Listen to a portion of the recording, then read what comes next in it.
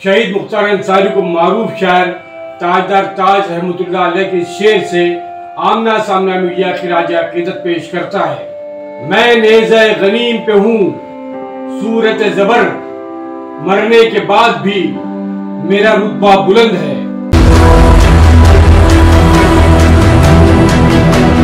रब्बिश्रह ली सदरी वयस्सिर ली अमरी वाहलुल उक़दतम मिन लिसानी यफ़क़हू क़ौली। नाज़रीन अस्सलाम वालेकुम।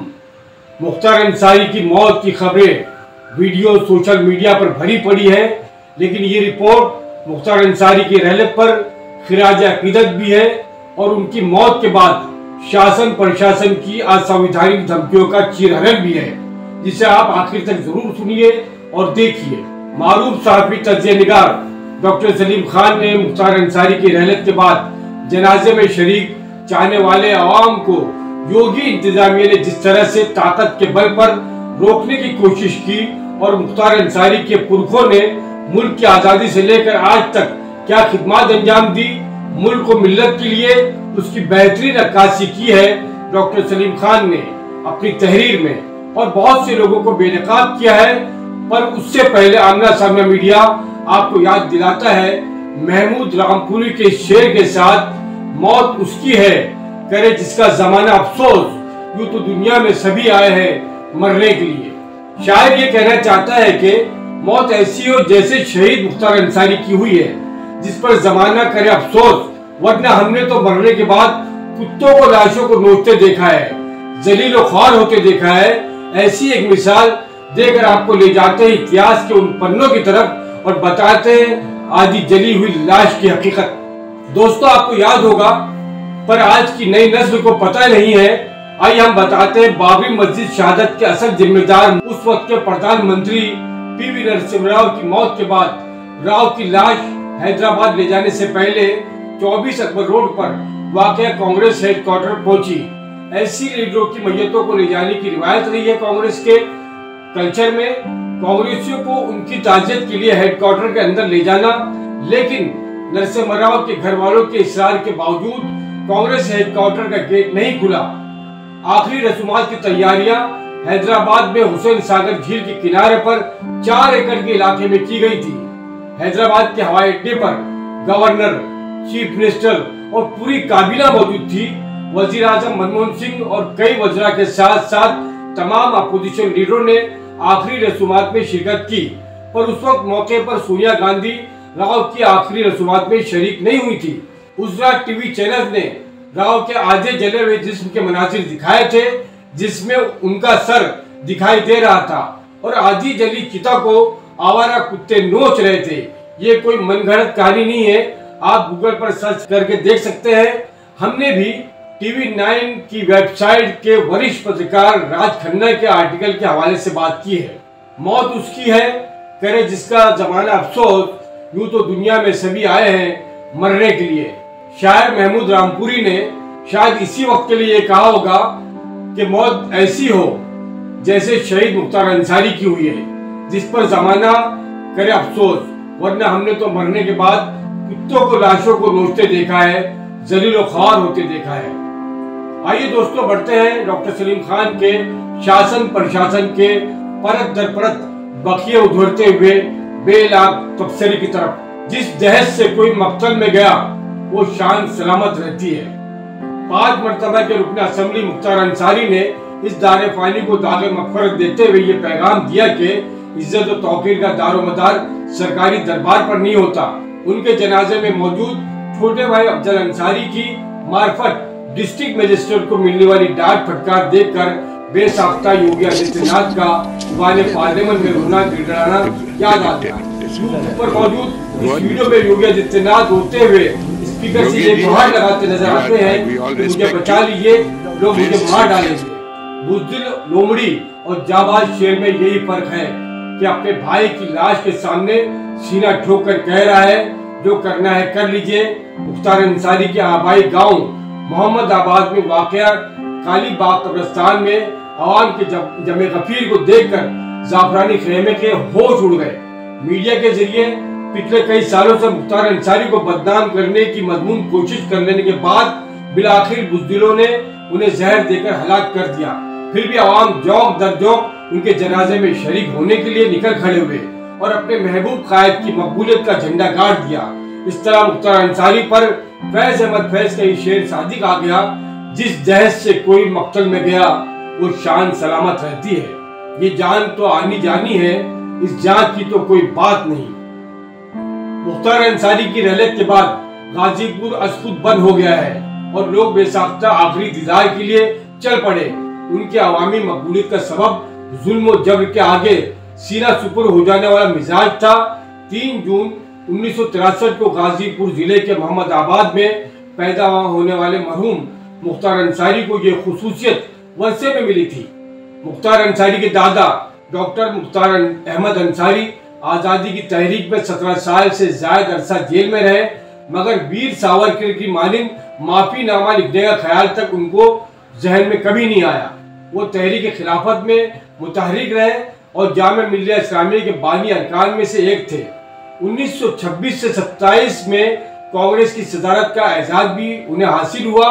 मुख्तार अंसारी के नाना ब्रिगेडियर मोहम्मद उस्मान ने 1947 की जंग में जान देकर महावीर चक्र हासिल किया। उनके वालिद साहब भी कम्युनिस्ट पार्टी से मुंसलिक थे। मुख्तार अंसारी की गरीब परवरी और मजदूर तबके से मोहब्बत ननियाली अनासिर से मंसूब किया जाता है।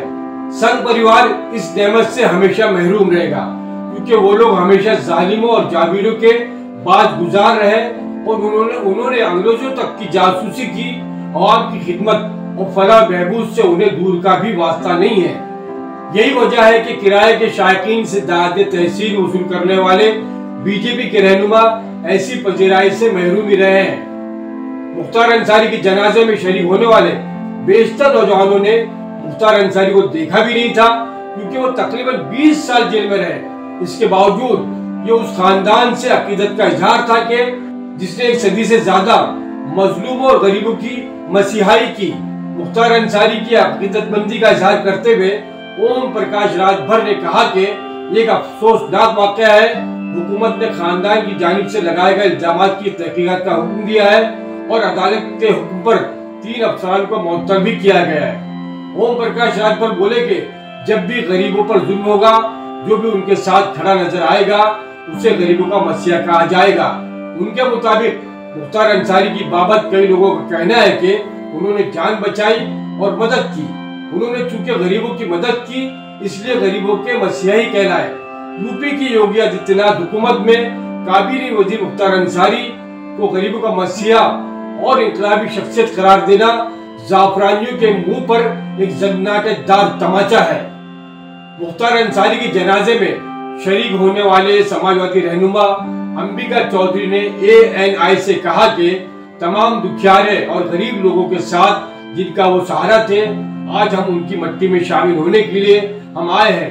गरीबों का एक मसीहा आज इस दुनिया से जा रहा है, इसको आखिरी खिराज अकीदत पेश करने के लिए हम आए हैं। इस मौके पर आवाम की शिरकत फितरी अमर था और उन्हें रोकने की कोशिश की गई तो उन्होंने कब्रिस्तान के मैदान में दाखिल होने के लिए रुकावटें तोड़ दी।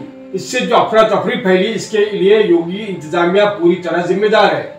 इस मौके पर रुसवाई मोल लेने के लिए गाजीपुर की DM आरिका आखोरी को आगे किया गया। इस बेचारी को अपने आकाओं की खुशनुदी के लिए मुख्तार अंसारी के भाई अफजाल अंसारी के हाथों जलील होना पड़ा। DM ने जब अफजाल अंसारी को मॉडल कोड ऑफ कंडक्ट का हवाला देते हुए कहा कि दफा 144 लागू है और इस पर अमल करना होगा, तो अफजाल अंसारी का जवाब था अपने मजहबी रसूमात की अदायगी के लिए किसी की इजाजत की जरूरत नहीं। DM के साथ अफजाल अंसारी की नोक झोंक बहुत दिलचस्प थी। आरिका ने जब धोत जमाने के लिए कहा कि मैं डिस्ट्रिक्ट इलेक्शन ऑफिसर हूं, तो अफजाल अंसारी का जवाब था जो भी हो। इसके बाद DM धमकी देते हुए बोली ठीक है फिर हम कानूनी कार्रवाई करेंगे, तो जवाब मिला जो चाहो करो। DM के सारे हरबे नाकाम हो गए तो उसने एक निहायत अहमकाना दलील देकर कहा यहाँ मजमा जमा करने की इजाजत नहीं ली गई है। इस पर अफजाल अंसारी ने तुर्की ब तुर्की जवाब दिया मजहबी रसूमात के लिए किसी इजाजत की जरूरत नहीं है। यह सुनकर DM आपे से बाहर हो गई और पूछा मट्टी दो, पूरा कस्बा थोड़ी ना मट्टी देगा, घर वाले देंगे। इसके जवाब में अफजाल बोले पूरा कस्बा ही नहीं, जहाँ का भी कोई मट्टी देना चाहेगा देगा, दुनिया में कोई इसकी इजाजत नहीं लेता। बिल आखिर डीएम ने दफा 144 नाफिज का हवाला दिया तो उन्हें बताया गया कि इसके बावजूद भी किसी को जनाजे के लिए नहीं रोका जा सकता। डीएम फिर से कानूनी कार्रवाई पर उतर आई और वीडियोग्राफी की धमकी दी, मगर इसका कोई असर नहीं हुआ। इस तरह यह साबित हो गया कि अंसारी खानदान संघ परिवार की मानिंद डरने वालों में से नहीं है। आगे सलीम खान कहते हैं कि मुख्तार अंसारी से मुताल्लिक बांदा जेल के जराये ने जब बताया था कि उनको दिल का दौरा पड़ा तो जिला अस्पताल में सिक्योरिटी बढ़ा दी गई और सहाफियों को दरवाजे पर रोक दिया गया। बांदा मेडिकल कॉलेज ने मुख्तार अंसारी की मौत के बाद मेडिकल बुलेटिन में लिखा कि उनको रात 8:30 बजे बेहोशी की हालत में जेल के अमले रानी दुर्गावती मेडिकल कॉलेज में लेकर आया। अस्पताल में 9 डॉक्टरों की टीम ने फौरी तिब्बी इमदाद फराहम की, लेकिन तमाम तर कोशिशों के बावजूद वो दिल का दौरा पड़ने से इंतकाल कर गए। मुख्तार अंसारी ने समाज के दौरान अदालत में इल्जाम लगाया था कि जेल में उन्हें कत्ल करने की कोशिश की जा रही है, उन्हें खाने में धीमा जहर दिया जा रहा है जिसकी वजह से उनकी सेहत खराब हो रही है। एमपी एमएलए कोर्ट ने भी इस मामले में जेल इंतजामिया से रिपोर्ट तलब की थी। उनके भाई और गाजीपुर के रुकने पार्लिमान अफजल अंसारी ने भी इल्जाम लगाया था कि उनके भाई को जेल में जहर दिया गया है। मुख्तार अंसारी के बड़े भाई सिबगतुल्लाह अंसारी ने भी मौत को साजिश करार दिया। मुख्तार अंसारी के छोटे बेटे उमर अंसारी ने इस मामले की तहकीकात का मुतालबा किया है। उनका इल्जाम है कि खाने में जहर मिला दिया गया और मुकम्मल इलाज नहीं किया गया। उमर का इल्जाम है कि ये मौत नहीं कत्ल है और वो कानूनी तरीकों से तहकीकात करवाने की कोशिश करेंगे। योगी की कीना परवर हुकूमत अफजल अंसारी के भी पीछे पड़ी हुई है। गाजीपुर की खुसूसी एमपी एमएलए कोर्ट ने पिछले साल 29 अप्रैल को उन्हें गैंगस्टर केस में कसूरवार ठहराया और 4 साल की सजा सुनाई।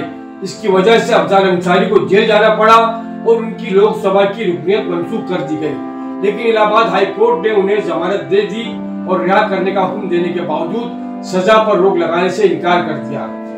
इसके बाद अफजल अंसारी की सजा पर रोक लगाने का काम सुप्रीम कोर्ट में हुआ। इस फैसले ने अफजल अंसारी की लोकसभा रुकनीत बहाल हो गई। इससे उनके लिए 2024 के पार्लियामानी इंतखाबात में हिस्सा लेने का रास्ता साफ हो गया है और वो समाजवादी पार्टी के टिकट पर इंतखाब लड़ेंगे। वो 5 बार एमएलए और 2 बार एमपी रह चुके हैं। अपने भाई के कत्ल पर भी जिस दिलेरी का मुजाहरा अफजल अंसारी ने किया है, इससे साबित हो गया है कि इन रगों में वही दिलेराना खून दौड़ रहा है। मोदी और योगी जैसे लोग इक़्तिदार पर आते जाते रहते हैं, लेकिन वो उन्हें न डरा सकेंगे और न झुका सकेंगे। ये थी दोस्तों आमना सामना मीडिया की खास रिपोर्ट और शहीद मुख्तार अंसारी को खिराज अक़ीदत। हमारी आपसे गुजारिश है इस वीडियो को ज़्यादा शेयर करें और मुख्तार अंसारी को खिराज अक़ीदत पेश करें। मैं मेरा पर्सन शाहिद पटेल के साथ आपका गुजारिश। अल्लाह हाफिज़। जय हिंद, जय महाराष्ट्र।